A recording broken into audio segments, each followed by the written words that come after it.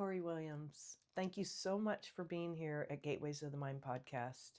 I'm thrilled to have you here for multiple reasons. One is I've had several sessions with you and you totally supported me moving differently. And I'm leasing an office from your beautiful building, which I'm thrilled that we're in here today. And so we have a lot to go over today, and we'll get started with your bio. Great. Corey Williams is a physical therapist who grew up here in the Pacific Northwest with a deep connection to nature that continues to shape how she practices physical therapy today. She earned her degree in Spanish and then her master's degree in physical therapy at the Mayo Clinic in Rochester, Minnesota.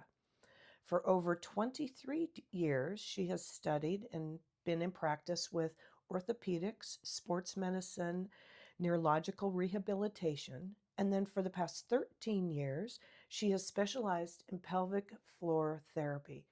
We'll talk more about that. And she has seen how building the strength of our body, flexibility, and trusting the body can move someone from managing symptoms to actually thriving. And then 9 years ago, she opened Tamarack Physical Therapy with the goal of creating a clinic rooted in thoughtful, patient-centered care, where healing and support by time, curiosity, and sustainable approaches are healing for patients and providers alike. Thank you. Yeah, thank you for having me. Mm-hmm. So, first question is, was there a moment in time that happened in your life that you went, physical therapist is my gig? And if so, what was it?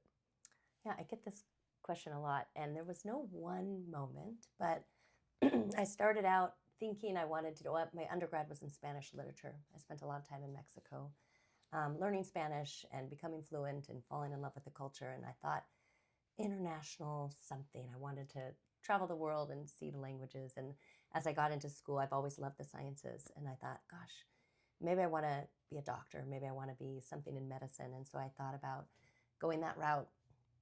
And it wasn't until I really, not even as a patient, but a good friend of mine is a physical therapist, and I was able to be in his clinic and observe what he did. And I really liked how you got to be so much more involved with each patient in their life, and you got to really help people on the upswing. And so people who were really wanting to move and be better. And so I ended up, besides my Spanish literature classes, taking all the sciences and the chemistry and the biology and the physics. And so decided that PT was, you can really work across all the ages. You can work in schools, you can work in outpatient settings, you can work in geriatrics, pediatrics. So there's so much variability.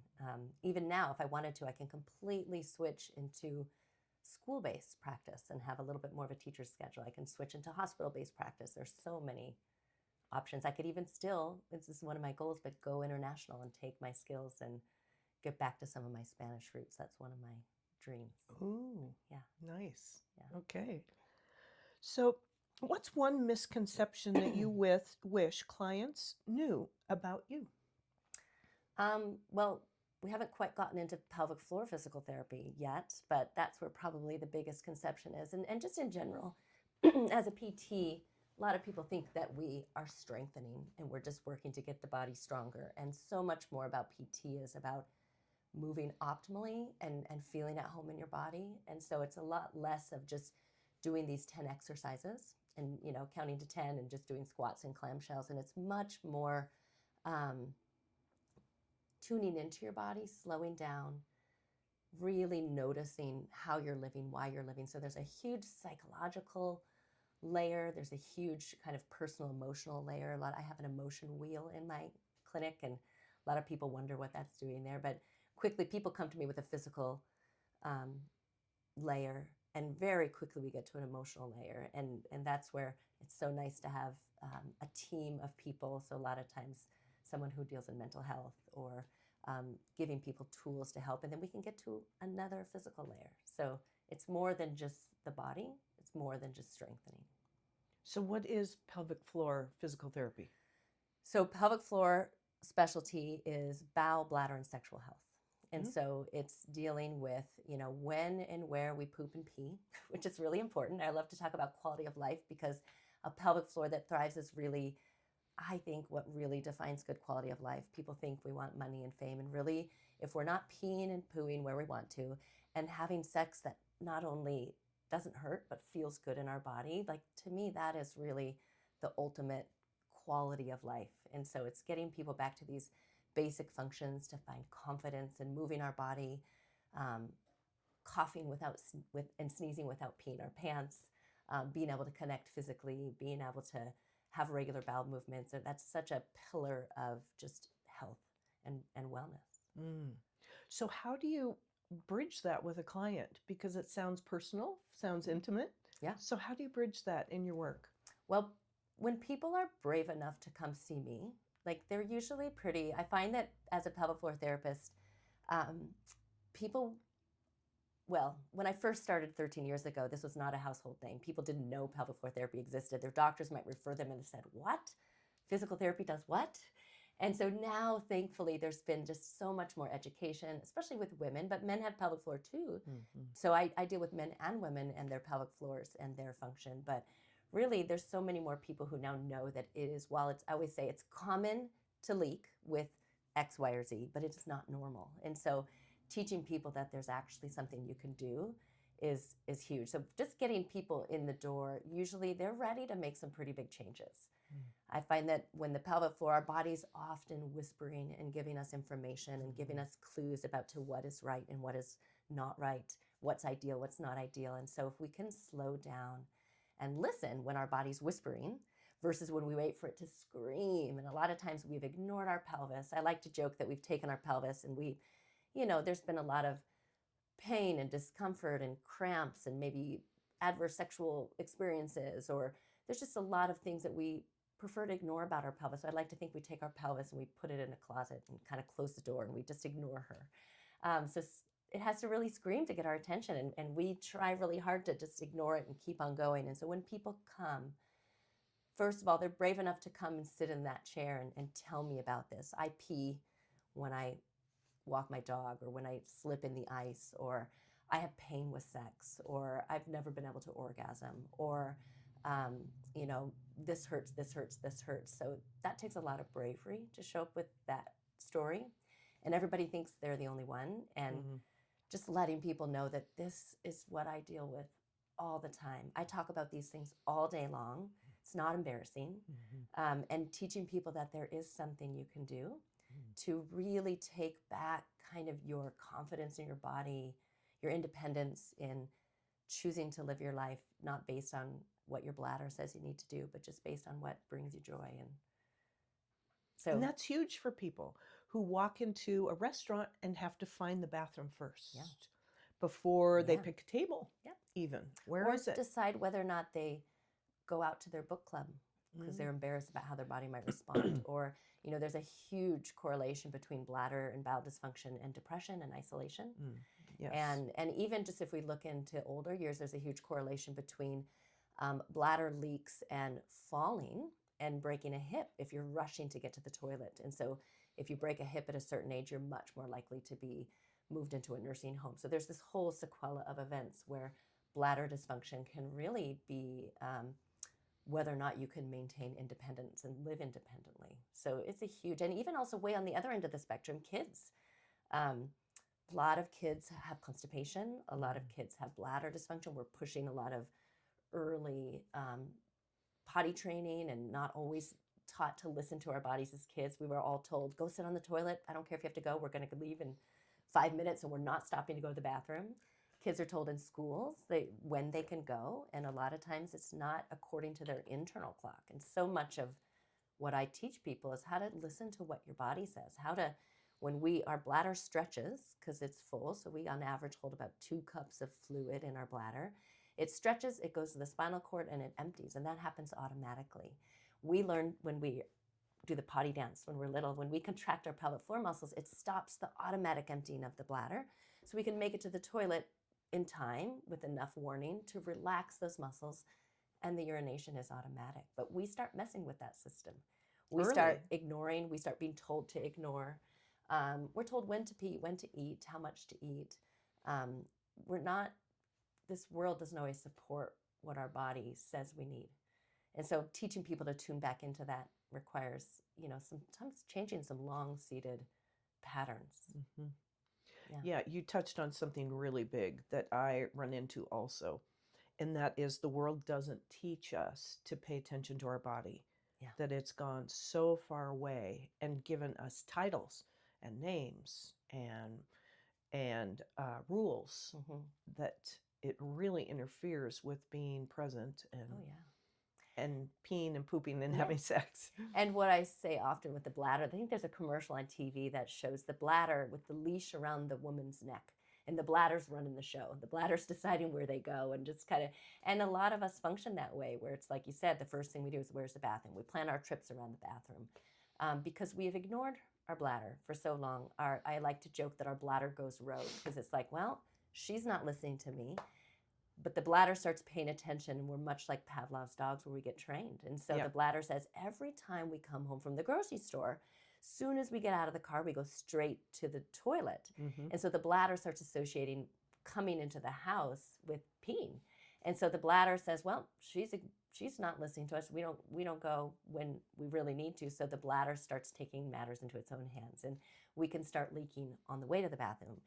Key in the door, car in the garage. There's all these external cues that we have trained our bladder unknowingly, Mm-hmm. but we've really created these habits that have taught the bladder, well, when this happens, then you pee. So the bladder gets the urge even when it's not full. Mm-hmm. And on the flip side, we're often going, we call them jick pees or just in case pees, where we're often going just in case because, oh, I'm going to run errands and I don't like to use public bathrooms. So I'm going to go, even though I just went 20 minutes ago, I'm going to go just in case. Or as kids were taught, just in case before we get in a car ride, or just in case going between classes or between patients. So we empty our bladder before it's time, or we hold it extra long because we're too busy, don't want to be inconvenienced by our body, we're being productive. And so much of that gets in the way of just naturally what our body needs to function well. So much of what we do is just teach people to pay attention and start to discern, is it really time to go? How much water have I had? Drinking the right amount of water.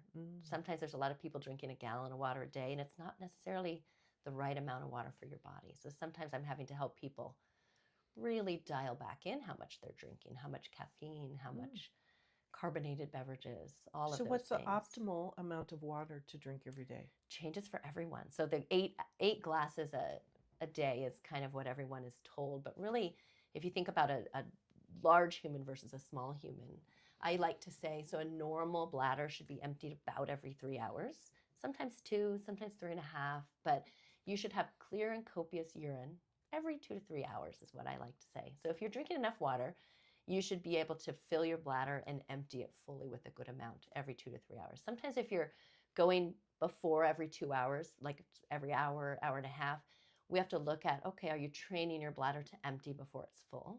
So are you teaching your bladder that only 50% full is full? Or are you overhydrating? Are you drinking too much? And so some of us, like me, I like my coffee in the morning. And I will go a little bit more frequently in the morning. And then if I am not paying attention, I might not have a lot of water through the rest of the day. And so then I'll have these long stretches in the afternoon. And so I have to be mindful in the morning. If I have coffee and a smoothie and then I have my tea, it's too much liquid for me. And so I've backed off some of my caffeine, especially if I know I'm going to be in the car, if I'm going to go to the airport. I don't have 2 cups of coffee. I have 1. And it's half calf because I know my body is more sensitive to caffeine. And in the afternoon, I try to be mindful of just making sure that I'm not dehydrating myself, that I am sipping on water, not chugging water, sipping on it through the day.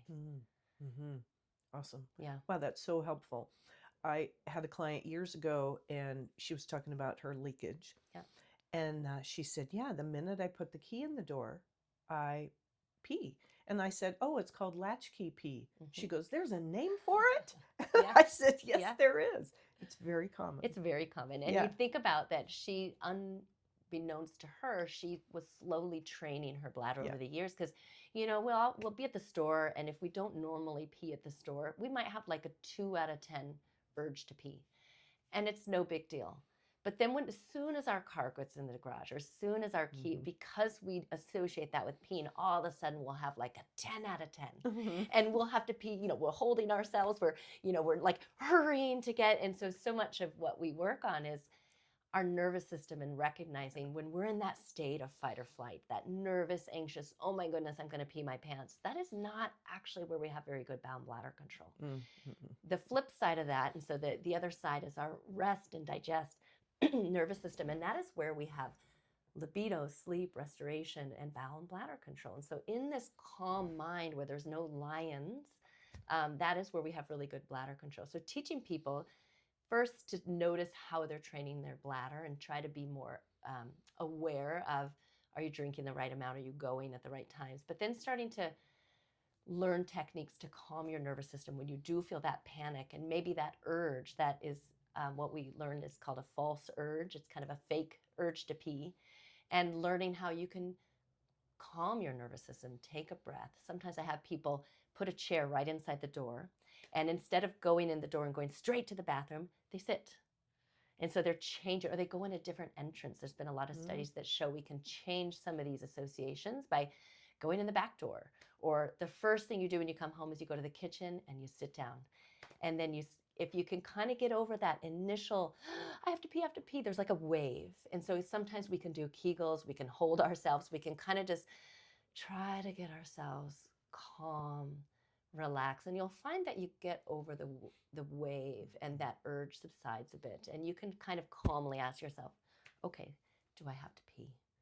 Do I need to, like, okay, and I sometimes will say, take 5 minutes and distract yourself, fill out a couple bills, put your groceries away, and then reassess, and if you still need to go, walk calmly to the bathroom. And I sometimes will have people put another chair outside the bathroom door because the wave will start coming again. And even undoing the pants, the wave will come. And I think of my favorite image is of a dog with a bone on his nose. And you're saying, no, wait. Or my dog Rosie, when we feed her, we make her sit and stay. And then we put her food bowl down and she has to stay. And she just is starting to scoot closer. And no, wait. And so the same thing to our bladder. We have to say, wait, get over that wave, and then okay, slowly take down your pants and sit and say, now. So you're kind of taking back the reins, but you have to do it with such respect because you can't expect to not give your bladder what it needs, the right amount of water, the right amount of filling, the right amount of time to empty, and have that work. So it's really learning what your habits are, what's helping, what are healthy bladder habits and what are not so healthy, and then how do you slowly teach your body what the normal internal cues are instead of these external cues that it's learned to rely on. What's the normal amount of time to pee? So it's the time. So I usually have people, small, medium, and large is what. So I have people fill out a bladder diary, and you could do this on your own. You could Google this and find your own bladder diary anywhere on the internet. But just writing down when you pee is a really helpful tool, and roughly how much. So was it a small one? Was it medium? Or was it large? And so usually that first pee in the morning is kind of a big one. So that's how I say large. But then what we want to see on that bladder diary is every 3 hours or so a medium.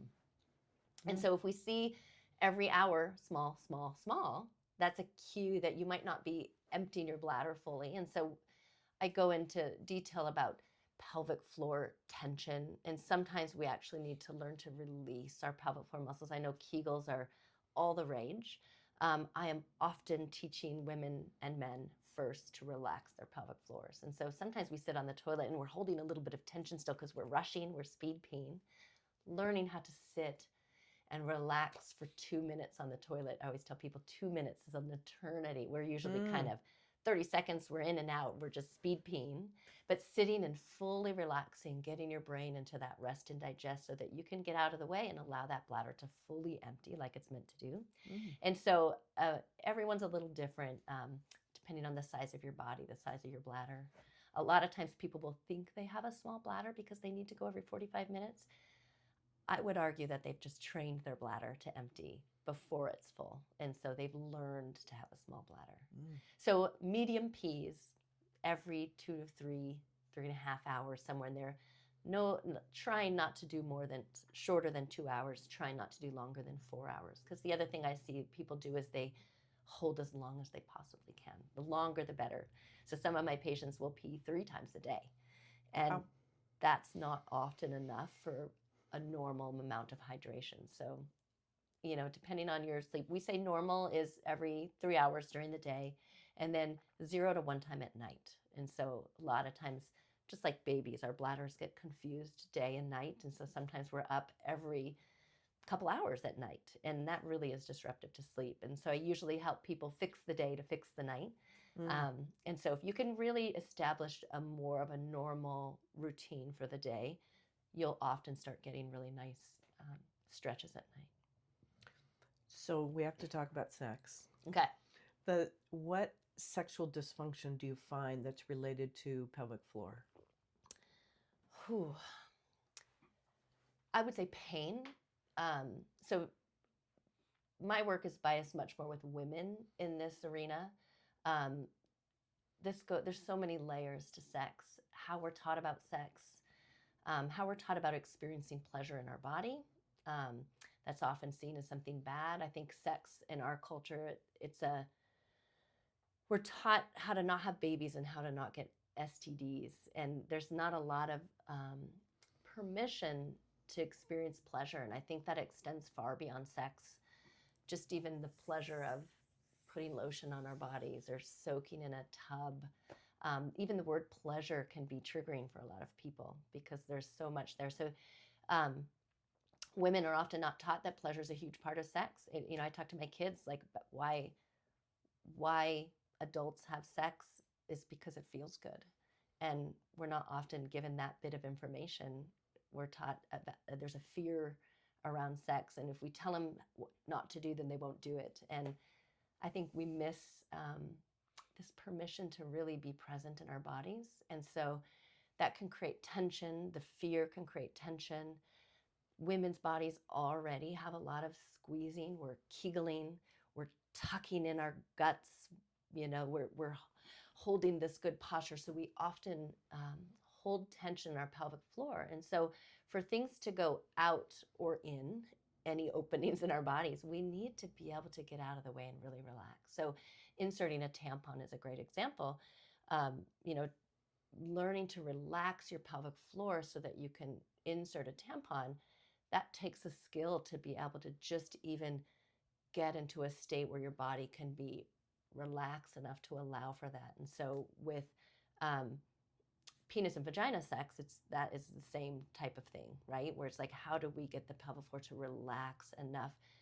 And there's something called premature penetration, where oftentimes we are just going right to sex too quickly, going right to the penetrative sex too quickly. And there's a whole host of foreplay and comfort and how am I showing up that really is so important when it talks about preparing our bodies for intercourse.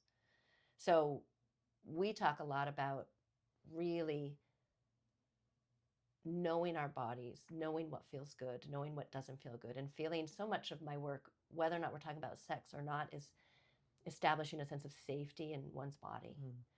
And that might be when we're walking and holding tension and just guarded and clenching our teeth and kind of shoulders are up to our ears because there's just this, we might not feel fearful, but our body might be fearful. So we may not know in our brain. And so even before we talk about the bedroom, it's just really finding confidence and a home in our bodies so that we can move in a way that really feels good.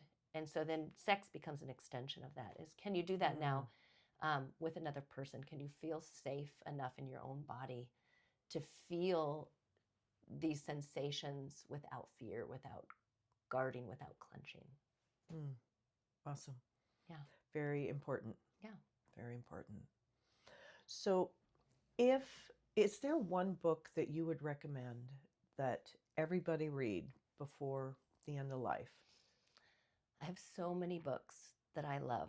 Everyone who knows who comes into my office, they're often leaving with a book or borrowing a book because I have so many books that I've read and loved. But I think my latest favorite is Joan Chittister. It's not my normal genre. She's a Catholic nun. And she writes this book. It's called The Gift of Years. And a friend's mother actually gave it to me. And she writes this book, I think, in her late 70s. And she's got a chapter on joy and aging and religion. And there's just all these little mini chapters with really lovely wisdom about being a human being instead of a human doing. Um, fear, she talks about fear, often as young, the first stage of life, it's fear of being independent. And in the middle phase of life, there's fear of failure. And then the last stage of life, it's the fear of being useless or fear. So she just has this really wise, wise words that I have found just so helpful to remember. I love just picking it up and reading just even a little bit every now and then. So it's really just about how to live a life that's mindful and noticing when we get caught in these old beliefs or these traps that are really um, keeping us from really experiencing our body and our life fully. So Joan Chittister, that's my Awesome. current favorite. Yeah, thank you. Yeah. One more question. Okay. What message do you have for humanity right now in this huge turning point that we're in with our planet? What's your message for all humanity? I would say what I am working on, and I'm lucky enough to get to work on this with a lot of my clients, is slow down. Like we all need to slow down. We all need just to take a moment and not be in such a rush. One of my mantras is be where your feet are, and reminding myself not to be forward, not to be next week, not to be tonight, but just right here, right now. And so slow down and then be kind. I think that's a hard one. Be kind to yourselves, right? I think maybe starting there. I think we are very harsh with ourselves sometimes, and I work on this too. But being kind and compassionate to ourselves, and I think that when we can do that, we can extend that to others. Indeed. Wonderful. Yeah. Corey Williams, how do people find you? Well, I'm at Tamarack Physical Therapy, and so we're here in Cle Elum, and you can find us on Instagram, you can find us on Facebook, and our website also. So you also can just give us a call if anyone has any questions. On our website, I've got all my contact info, and happy to just chat with people on the phone and help people understand what we do and why we do and why we do what we do a little bit differently. Awesome. Yeah. Thank you so Thank you. much, my dear. Appreciate the invitation. Really appreciate you so much. Thank you.